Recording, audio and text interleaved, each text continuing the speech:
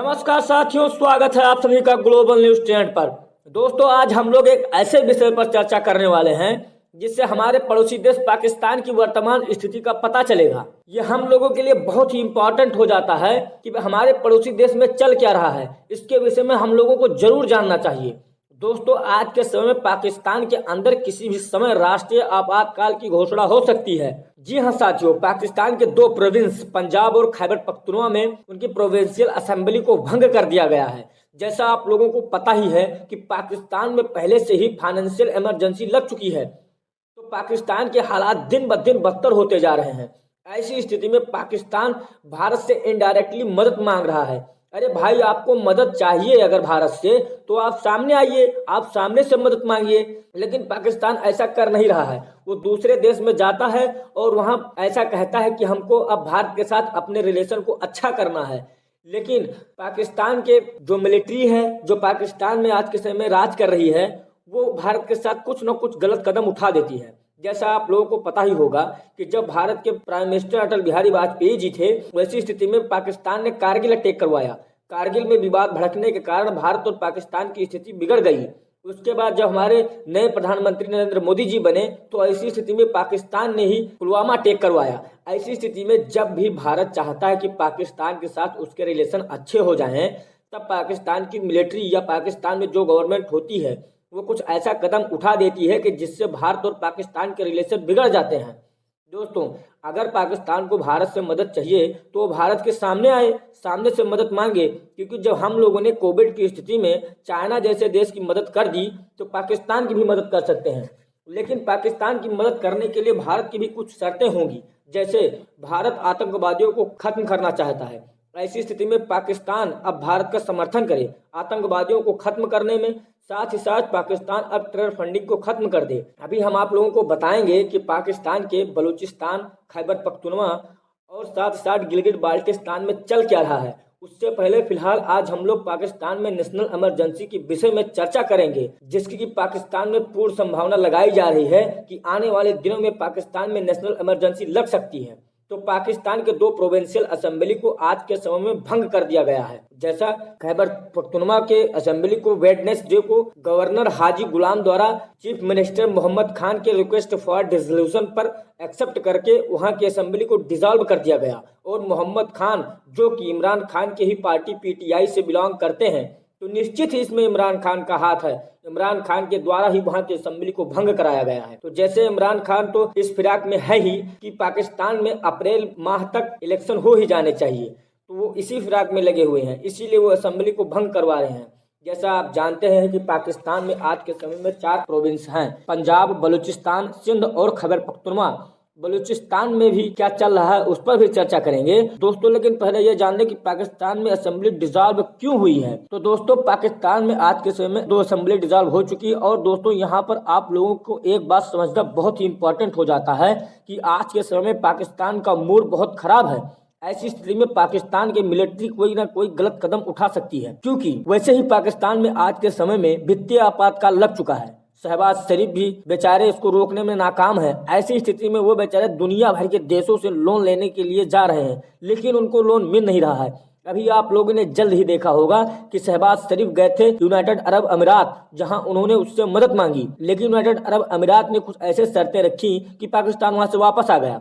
ऐसी स्थिति में जैसे ही इमरान खान को पता चलेगा कि पाकिस्तान में अब इलेक्शन होने वाले हैं, तो इमरान खान जरूर रैली निकालेंगे। और ऐसी स्थिति में पाकिस्तान में अनस्टेबिलिटी बढ़ेगी, तो पाकिस्तान में नेशनल इमरजेंसी लगने की संभावना बढ़ जाती है। देखो दोस्तों, जो पाकिस्तान में करंट अकाउंट डेफिसिट चल रहा है, जो इसकी प्रॉब्लम है, वो पाकिस्तान में कोई नया ट्रेंड नहीं है। जब पाकिस्तान में 2007 के समय परवेज मुशर्रफ की सरकार थी, तभी से पाकिस्तान में यह करंट अकाउंट डेफिसिट चल रहा है। इसके बाद पाकिस्तान की 2 पार्टी, पाकिस्तान मुस्लिम लीग और पीटीआई, दोनों ही यानी इमरान खान की सरकार, दोनों ही पार्टियां करंट अकाउंट डेफिसिट को कंट्रोल करने में नाकाम रही।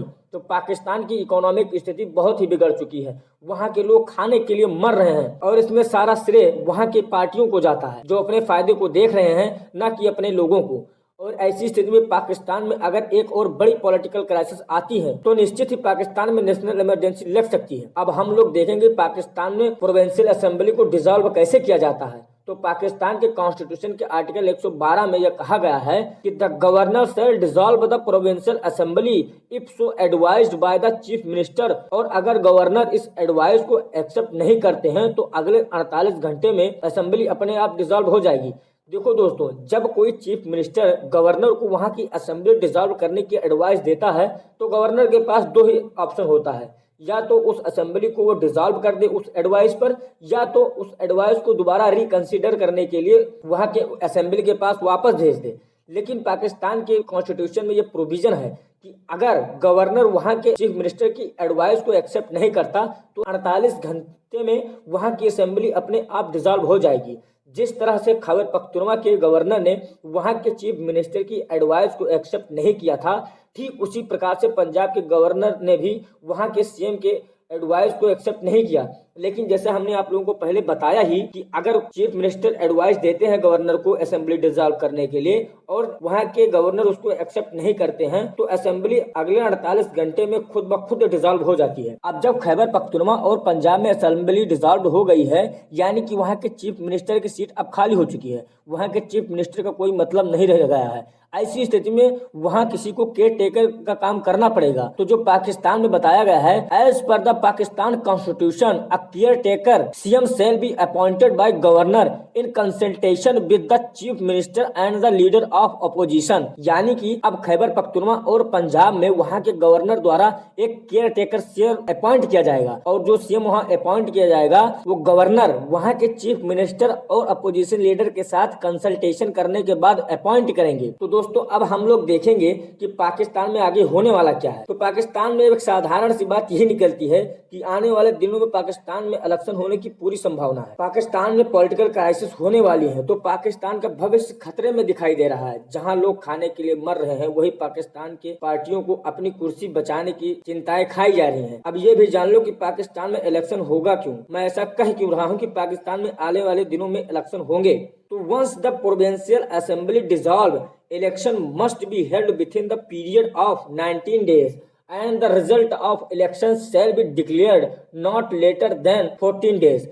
मतलब अगर किसी पाकिस्तान के प्रोविंस में वहां की असेंबली डिसॉल्व हो गई है तो वहां के प्रोविंस में 90 डेज के अंदर इलेक्शन होना चाहिए और उस इलेक्शन का रिजल्ट 14 दिन के अंदर डिक्लेयर करना जरूरी है। तो अब जब पंजाब और खैबर पख्तूनख्वा में इलेक्शन होना ही होना है तो आने वाले समय में आप देख पाओगे कि इमरान खान बहुत तेजी से रैली लेकर निकलेंगे, जिससे पाकिस्तान में अनस्टेबिलिटी बढ़ेगी। लोगों में, वहां के लोगों द्वारा एक प्रकार से वहां के लोगों में बवाल मच जाएगा। तो यहाँ इमरान खान का एक ही दिमाग है। जैसा आप लोगों ने सुना ही होगा, इमरान खान काफी लंबे समय से कह रहे हैं कि पाकिस्तान में जल्द से जल्द इलेक्शन हो और अभी जल्द ही उन्होंने कहा कि पाकिस्तान में अप्रैल तक इलेक्शन हो जाने चाहिए। इसी कारण उन्होंने अपने दो चीफ मिनिस्टर यानी पंजाब और खैबर पख्तूनख्वा में दोनों जगह असेंबली भंग करवा दी है। तो आज के समय में पाकिस्तान में इमरान खान के जीतने के चांसेस बढ़ जाते हैं, क्योंकि पाकिस्तान के आर्थिक हालात बहुत बुरे हो चुके हैं और इसके सबसे बड़ा जिम्मेदार मैं कहूंगा कि इमरान खान ही है। लेकिन अब वो इस समय एक हीरो की तरह आएंगे, तो ऐसी स्थिति में पाकिस्तान के अंदर बवाल मच सकता है। दोस्तों, जैसा कि आप लोगों को पता ही होगा कि आज के समय में अगर पाकिस्तान की ऐसी स्थिति है तो इसका पूर्ण श्रेय इमरान खान को ही जाता है। उनके द्वारा लोगों को भड़काने का कार्य लगातार किया जा रहा है। जैसा आप लोगों को पता ही होगा कि गिलगित बाल्टिस्तान में वैसे ही इतना बवाल चल रहा है, वहां के लोगों द्वारा प्रोटेस्ट लगातार किया जा रहा है। और उसके बाद में बलूचिस्तान तो पूरे पाकिस्तान पर कब्जा करना चाहता है। ऐसी स्थिति में पाकिस्तान की स्थिति बहुत विकट हो चुकी है। और वहीं अगर आप देखें तो पीपीटी पाकिस्तान के पीछे हाथ धो के पड़ा हुआ है। ऐसी स्थिति में पाकिस्तान का भविष्य खतरे में दिख रहा है। दोस्तों, अगर आप लोगों को वीडियो अच्छी लगी हो तो इसको लाइक एवं शेयर, साथ ही साथ चैनल को सब्सक्राइब जरूर करें। धन्यवाद।